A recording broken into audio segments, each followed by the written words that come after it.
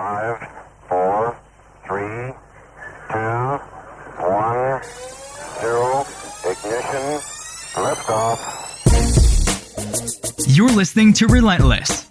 This is the show for high performers who are driven and committed to being at their best. Nick Peterson and Jonathan Montgomery, co-founders of Relentless Dietetics, are your hosts.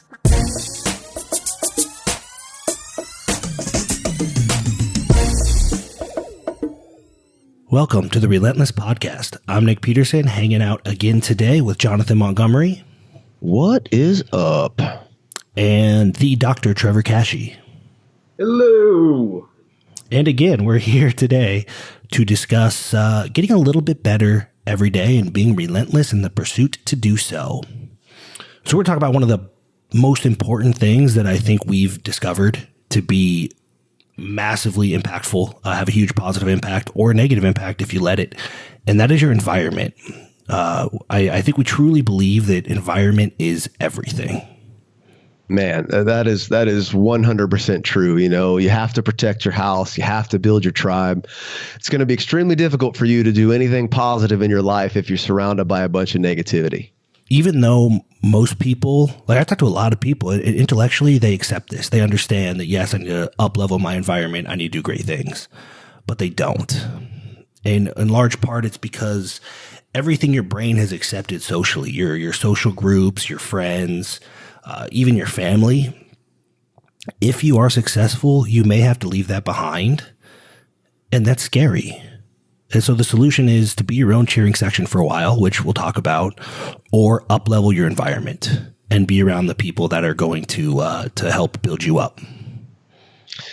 Yeah, I mean, you got to consider the fact, and I don't really care. There's all kinds of argument between experts on what the exact number is, but you are in fact the sum of the 3, 5, 7, 10, whatever number, your top 8, whatever you want to put in of the people you spend the most time with, whether that's your friends or your family, the books you read, the information you consume, your social media, et cetera. You really have to protect what comes in because that will be a direct correlation on what goes out. So the more positive, the more in line with your goals, and the more, overarching like sense of, unity you can have in your environment, I think, by nature, the more success you're going to have and the more that's going to express in your day-to-day actions. Yeah. And I just want to say something to those people that are slumming it, pretending like they're doing somebody a favor, right? You're not healing people. You're not saving people as much as they are infecting you. And it's important to remember that. Yeah. I mean, you cannot give your 100% if you're not 100%. And I know we're going to touch on this in a later episode, but you're not 100% without self-care. And if you're not taking care of yourself, you're not able to take care of yourself if you exist in a poisonous environment. You're helping nobody at this point, not them and certainly not yourself. Sure. And that's not to say that you have to ditch everybody you know. John Carlton is a phenomenal copywriter, great businessman. Phil Knight, owner of Nike. They learned a lot about people, and what they did is very similar to what Jonathan has told me about, called his concept of the 1/3 or the 1/3 concept. Tell me a little bit about that, because I think it's just it's so important to have this kind of balance. Yeah, it all comes back to, like we always talk about, us getting better every day. And it sounds like we're saying, like, forget your friends and forget where you came from and only look to elevate yourself at the expense of everybody else. But nothing could really be further from the truth. I heard this concept and I can't really recall where it was from. But basically, the advice given was divide your time in thirds. You spend a third of your time, a third of your friends, a third of your life at your level. This is your peers. This is your business partners. These are the people at the same level you're at. And this is where you're going to do the work at.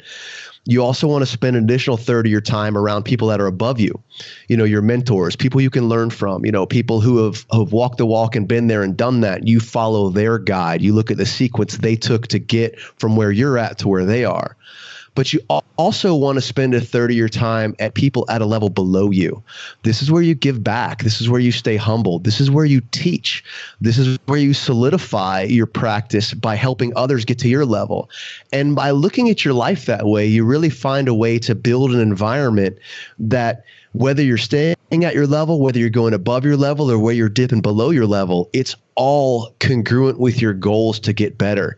And by helping others get better every day, and by spending time around people that are better than you every day, you will get better every day. And I just thought it was a neat concept and something I try to put into action. I'm going to be a weenie right now and bring up some positivity stuff like you were just talking about, instead of working with people that are beneath you to find people that you want to lift up. I have such a freakishly huge rant on this environment thing. So I'm, for lack of a better term, writing this, I guess, cognitive therapy book, which is essentially introspection, looking at the thoughts that you're thinking, and then determining whether or not they are rational thoughts, and then determining whether or not it's a smart idea to act on them.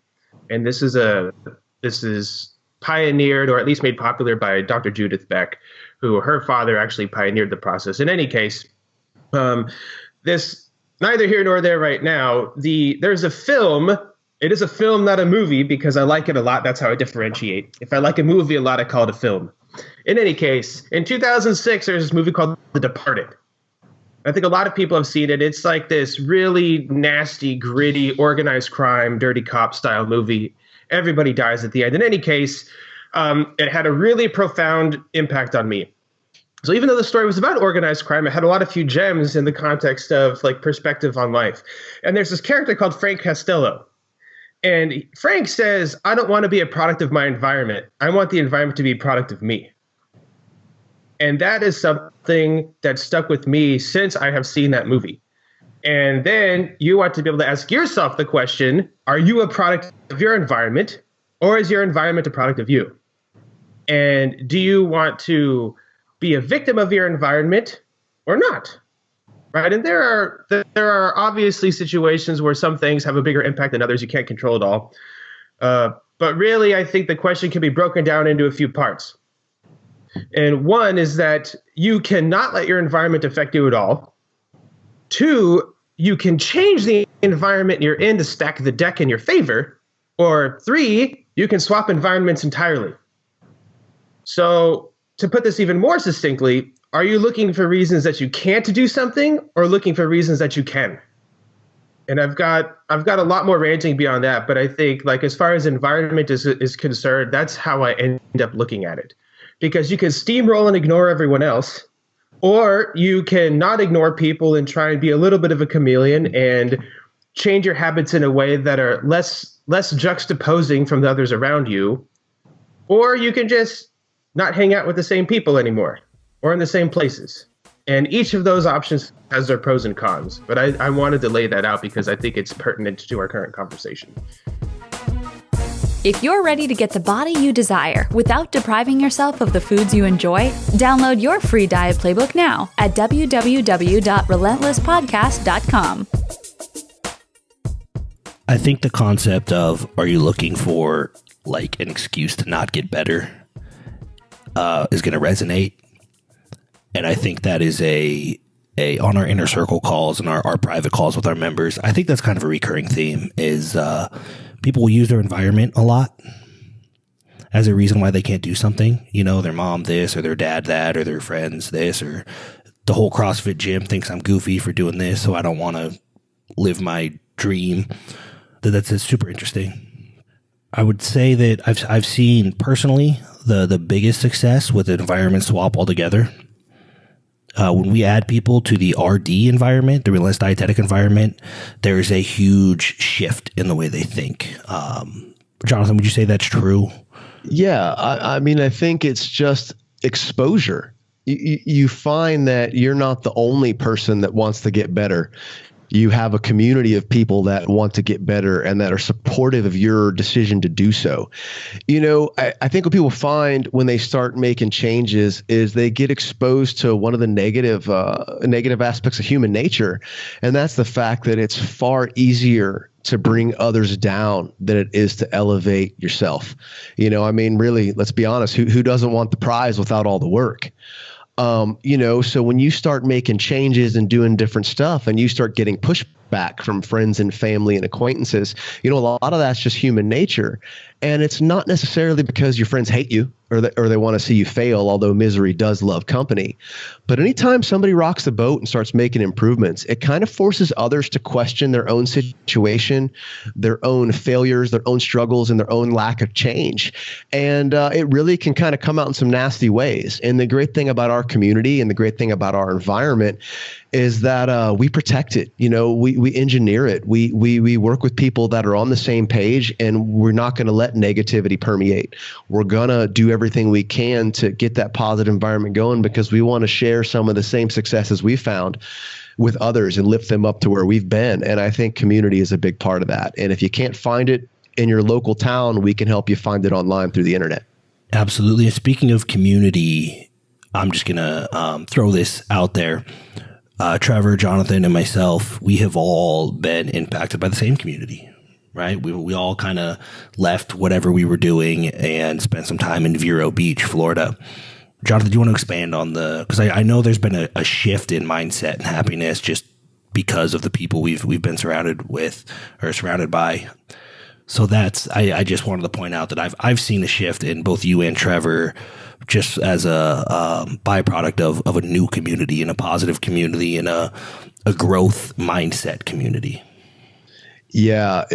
For me, especially coming out here, was life-changing in a lot of ways.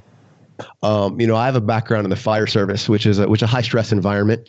And a lot of the ways a lot of people deal with that is through dark humor and jokes and whatever you want to have it. But as much as everybody likes to claim it doesn't impact you and you don't bring it home and it doesn't change you, it absolutely does. And the thing is, it's subtle. And the thing is, it takes a lot of time to stack up. And the thing is, like everything in life, like color or anything else, it all exists by our basis of comparison. So when everybody else is kind of experiencing the same kind of, negative shifts and changes, it's very easy to lose sight of the fact that it's happening to yourself. My wife being in the fire service, all my friends being in the fire service, we all kind of, as the years added up, kind of, went down the same path. And you don't really know until you know. And so when I started coming out here and being surrounded by more like-minded individuals who had more positive goals in life than just existing, you go back to your familiar surroundings and you start taking a look and being more objective with them. And, it eventually became a night and day difference for me rather quickly, actually, when I would come from spending time out here with you guys in Vero, working on growing the business and developing these systems, being around positive people, happy about making changes, to going and sitting around that kitchen table with 11 or 12 other guys that weren't making positive changes, weren't happy with their surroundings, maybe didn't really appreciate what was going on in their lives. And it took some work for me to kind of, wrap my head around the fact like, wow, is this what I'm becoming? It's not until you change your surroundings and your environment that you realize, what else is out there. And you just simply don't know how you're being impacted and how you're being affected until you realize it. And, for me, man, it was an easy decision, but it was a tough change to make, to accept the fact that the path you were on isn't going to take you where you want to be, and to make the tough call and the tough decision to get on the road you wanted to be on. And without that environment, without exposure to that positive environment, without making the move to change my environment, I don't think I'd be where I am right now. It's funny, like we're pretty active on social media, Nick and myself, and we're pretty active with our community, and people will come to me and tell me about, man, how are you so positive, and how are you so, happy all the time, and how do you look for the bright side? And I always laugh. I was never the positive guy. I was probably the most jaded guy in the firehouse. And, I almost maybe prided myself on that to a degree. And realizing that was not the way to be, and that I was a product of my environment, and I had control to choose a different environment, is really what has caused me to have such a improved outlook on life. And it's a choice, man. It's a choice like anything else. You can create your environment. You can build your tribe. You can find your kind of people. You just have to look for it. And I think there's really no better use of your time than that. It's been just life-changing for me. Yeah, I think I've definitely noticed a change. I think the biggest shift in personality, or just as a person in general, I've ever seen is probably from the day I met Trevor till now. And he has probably experienced more diverse environments than most people ever will in their life. From, Arizona to the academic community to Russia, Azerbaijan. Trevor, how do you feel like environment has shaped you? I saw a video where you talked about the impact Vero Beach had on you. Tell me about that. I think environment has probably the largest effect on me compared to anything else, including the people. I do agree with you are the people you surround yourself by. I am definitely a little more disconnected socially, or was, and my physical environment had huge impacts on me. I worked in the basement with no windows, sort of a thing, and that's kind of the person I became. And it was good for me that I was able to transition out of certain mindsets that I had while working in different environments, because my environment does affect me so much. My environment has a huge impact on me, and I can't be in a crappy environment to go back and pretend like I'm in a good one and act that way. So a lot of the differences that I have seen, like in the context of going to transcontinental Asia and working over there, was that, man, a lot of the problems that exist here, like, people would love to have them in other places. And that sort of perspective for me really changes the way the art versus science really changed the art of this process for me. And spending time in Vero Beach with a community of people that really don't have many problems at all, being able to interact with people one-on-one changed the way I operated on a fundamental level too. And that was a very welcoming community, and it has really had a huge impact on the way I operate, because the environment wasn't hostile either because of the people that were in it or because the environment itself, apocalyptic hurricanes notwithstanding. Yeah, those roll through from time to time. They're outliers, right? They come out in the average. Absolutely. My beach runs in the middle of November truncate the potential possibility for temporary relocation. Yeah, I miss Vero Beach. The environment's tremendous, and environment really is everything. It'll allow you to grow. It'll provide empathy. Jonathan's concept of the thirds is similar to what Trevor was talking about, I think, as far as you realize that these people have these problems that these people would love to have, and it gives you a more complete view of reality. And for me, the biggest impact for me is this fixed mindset I had where things are what they are. Rich people are rich because they were born rich, right? People with muscle they're just bigger than me. They just have better genetics. And as my environment has changed to more growth-minded individuals, Jonathan, Trevor, a lot of the entrepreneurial types in Vero Beach and that I've met online, I've switched to the mindset of, if I don't like something, I should, like Jonathan and Trevor will tell you, I should take a measurement, right? And I should do what I can to change it. And that's been the biggest impact for me, is being around people that say, hey, I don't like this about myself. I don't like the position I'm in, and I'm going to do something about it. And then watching them do something about it and realizing, oh, hey, that's possible. So for me, that's the big impact environment has had. I haven't had as much diversity as Jonathan and Trevor. Just fortunate to be amongst growth-minded individuals. So that's that. If you want to get better every day, environment is everything.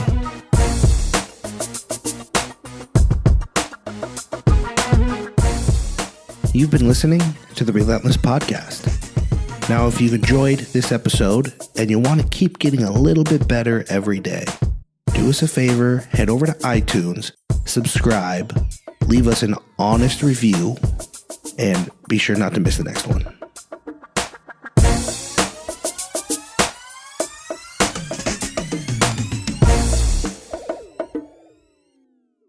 This is the podcastfactory.com.